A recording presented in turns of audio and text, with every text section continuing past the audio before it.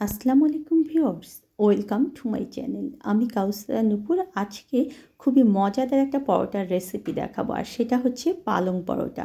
শীতকালে পালং পরোটা খেতে কিন্তু অসম্ভব মজাদার, আর খুবই সহজে এটা আমরা ঘরে তৈরি করতে পারবো।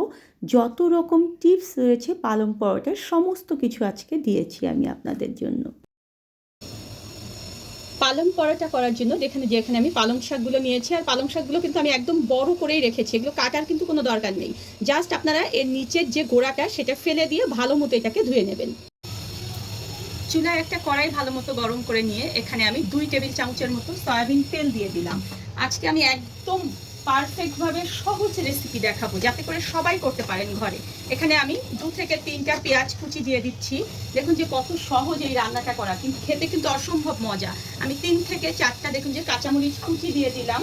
1 চা চামচ পরিমাণ আদা বাটা, 1 চা চামচ পরিমাণ রসুন বাটা। এর বদলে আপনারা কিন্তু এখানে যে ক্রাশ করেও দিতে পারবেন, কোনো সমস্যা নেই। আমি এখানে 1/2 চা চামচ পরিমাণ জিরের গুঁড়ো আর 1/2 চা চামচ পরিমাণ ধনিয়ার গুঁড়ো দিয়ে দিচ্ছি।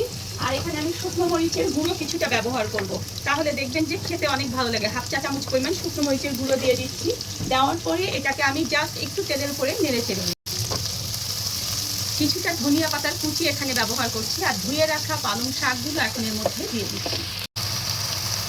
আর এখানে আমি দিয়ে দিচ্ছি 1/2 চা চামচ পরিমাণ লবণ। পরবর্তীতে আমি আবার লবণ দেবো, লবণ একটু দেখে নিয়ে এখন ভালো মতো এটাকে নেড়ে চেড়ে মিলিয়ে নিতে হবে। কোনো রকম পানি কিন্তু এখানে ব্যবহার করতে হবে না। এখন ঢেকে দিয়ে এটাকে মাঝারি আঁচে সুন্দর মতো সিদ্ধ করে নেব। পালং শাকটা যখন দেখবেন যে একদম সুন্দর মতো সিদ্ধ হয়ে গিয়েছে, আর একদম কিন্তু শুকনা শুকনা করা যাবে না, এখন চুলার জালটাকে বন্ধ করে দিয়ে এটাকে ঠান্ডা করে নেব এবং ব্লেন্ডারে একটা মিহি পেস্ট তৈরি করে নেব।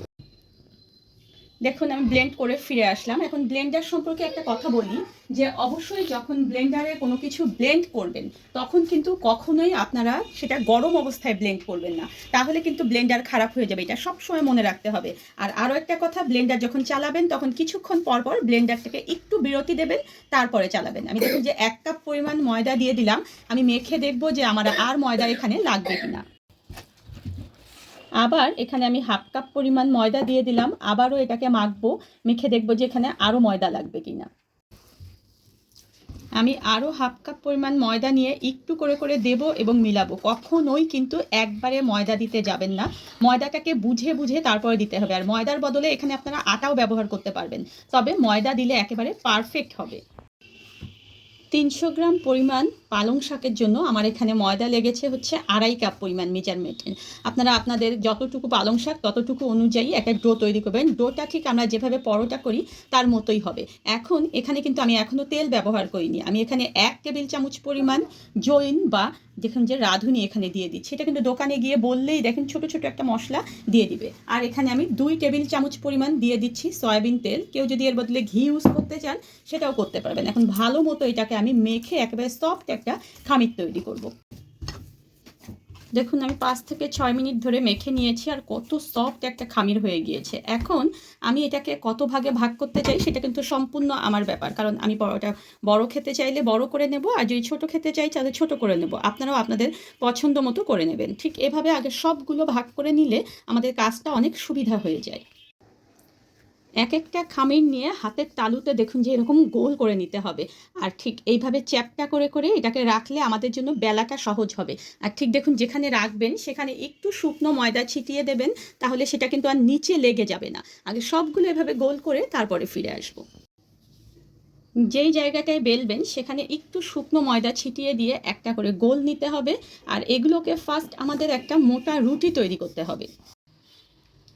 রুটিটা বেলা হয়ে গেলে আমি এখানে দেখুন যে খুবই অল্প পরিমাণে তেল দিয়ে দেব, দিয়ে পুরোটাতে এই তেলটা ব্রাশ করে দেব। তাহলে দেখবেন যে এইভাবে ব্রাশ করে দিলে তেলটা অল্প লাগে। কেউ যদি ব্রাশ না থাকে তবে সেক্ষেত্রে হাত দিয়ে দেবেন। আর একটু শুকনো ময়দা দেখুন যে আমি এর উপরে ছড়িয়ে দিচ্ছি, তাহলে পরোটার যে ভিতরে ভাঁজগুলো থাকে সেই ভাঁজগুলো সব একেবারে স্পষ্ট বোঝা যায়। এখন ঠিক এইভাবে করে একটা পাশ আমি এভাবে দিয়ে দিচ্ছি, আবার একটা পাশ ঠিক এভাবে দিয়ে দিচ্ছি, দিয়ে দেখুন যে ঠিক এইভাবে করে আমি ভাঁজ দিয়ে নিচ্ছি। নেওয়ার পরে ঠিক এটা আবার আমি এভাবে দিয়ে নিচ্ছি, দিয়ে এভাবে করে 4টা সাইড একটু হালকা হাতে চেপে লাগিয়ে দেবেন, তাহলে দেখবেন যে সুন্দর একটা সাইজ হয়ে যাবে। ঠিক এইভাবে করে আগে আমি সবগুলো বানিয়ে নেব, তারপরে আমরা পরোটা বানাবো। সবগুলো দেখুন যে আমি ঠিক এইভাবে করে নিলাম। এখন বলি যে আমরা যদি কাজটাকে একটু গুছিয়ে করি তাহলে কিন্তু কাজটা আমাদের কাছে হিজিবিজি মনে হবে না, আর আমাদের করা অনেক সুবিধা হয়ে যাবে। এখন সবচেয়ে আগে আমি যেটাকে দেখুন যেভাবে ফোল্ড করে রেখেছিলাম সেটা একটু ময়দা দিয়ে দেখুন যেভাবে করে নিচ্ছি। নিয়ে এটাকে আমি এখন চেপে বড় করব। আর এই কাজটা কিন্তু খুব আলতো হাতে করলে হবে, একদম প্রেশার ক্রিয়েট করতে হবে না। তার কারণ হচ্ছে এই যে আমি ভাঁজ করে এটাকে রেখেছিলাম, এই কারণে এটা একদম সুন্দর মতো হয়ে গিয়েছে, আর পরোটাটা একদম অল্প একটু চাপ দিলেই বড় হয়ে যাবে।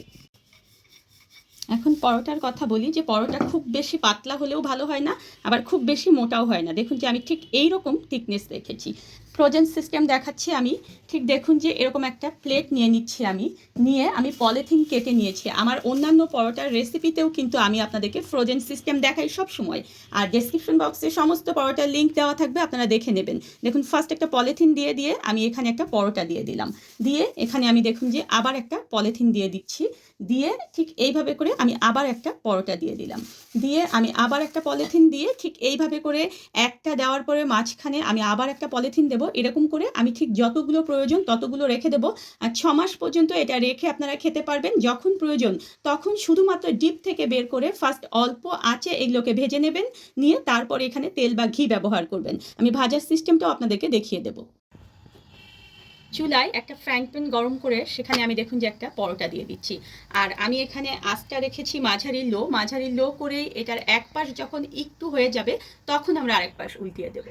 দেখুন যে এরকম যখন একটু ফুলে যাবে তখন এটাকে আমরা আরেক পাশ উল্টিয়ে দেবো। আর দেখেছেন ওই পাশটা কিন্তু একটু ছিট পড়েছে। এখন এভাবে একটু চেপে আমাদেরকে 4টা কর্নার এভাবে চেপে ভাজতে হবে, তাহলে দেখবেন যে অনেক সুন্দরভাবে এটা ফুলে যাবে। অপর সাইডটাও যখন হয়ে যাবে তখন এটাকে আমরা এভাবে উল্টিয়ে দিয়ে এখানে আপনারা তেল কিংবা ঘি যে কোনোটাই ব্যবহার করতে পারবেন। আমি এখানে দেখুন যে ঘি দিয়ে দিচ্ছি, আপনারা চাইলে তেল এখানে ব্যবহার করতে পারবেন, তবে মনে রাখবেন যে পালং পরোটার সবচেয়ে মজা হয় ঘি দিয়ে। দেখুন আমি এখানে এভাবে করে দুপাশ থেকে ভেজে নিচ্ছি, আর দেখেছেন এটা কতটা সুন্দরভাবে ফুলে যাচ্ছে। একটু ক্রিস্পি করে দেখুন যে আমি ভেজে তুলছি। ঠিক সেম প্রসেসে আমি আমার সবগুলো পরোটা যতগুলো লাগবে ততগুলোই ভেজে তুলব।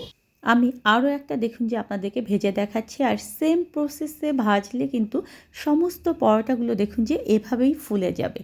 এখন পর্যন্ত যারা আমার চ্যানেলটা সাবস্ক্রাইব করেননি তারা কিন্তু অবশ্যই আমার চ্যানেলটা সাবস্ক্রাইব করে পাশে থাকবেন, কারণ প্রতিদিনই কিন্তু আমি নতুন ভিডিও আপলোড দিই। আর যদি সাবস্ক্রাইব করা থাকে তাহলে কিন্তু সবার আগে নোটিফিকেশন আমার ভিডিওগুলো আপনাদের কাছে চলে যাবে। দেখুন কত সুন্দরভাবে এগুলো ফোল্ড করা যাচ্ছে, আর এগুলো কিন্তু একদম ফেটে যাচ্ছে না। ধন্যবাদ সবাইকে আমার সঙ্গে থাকার জন্য।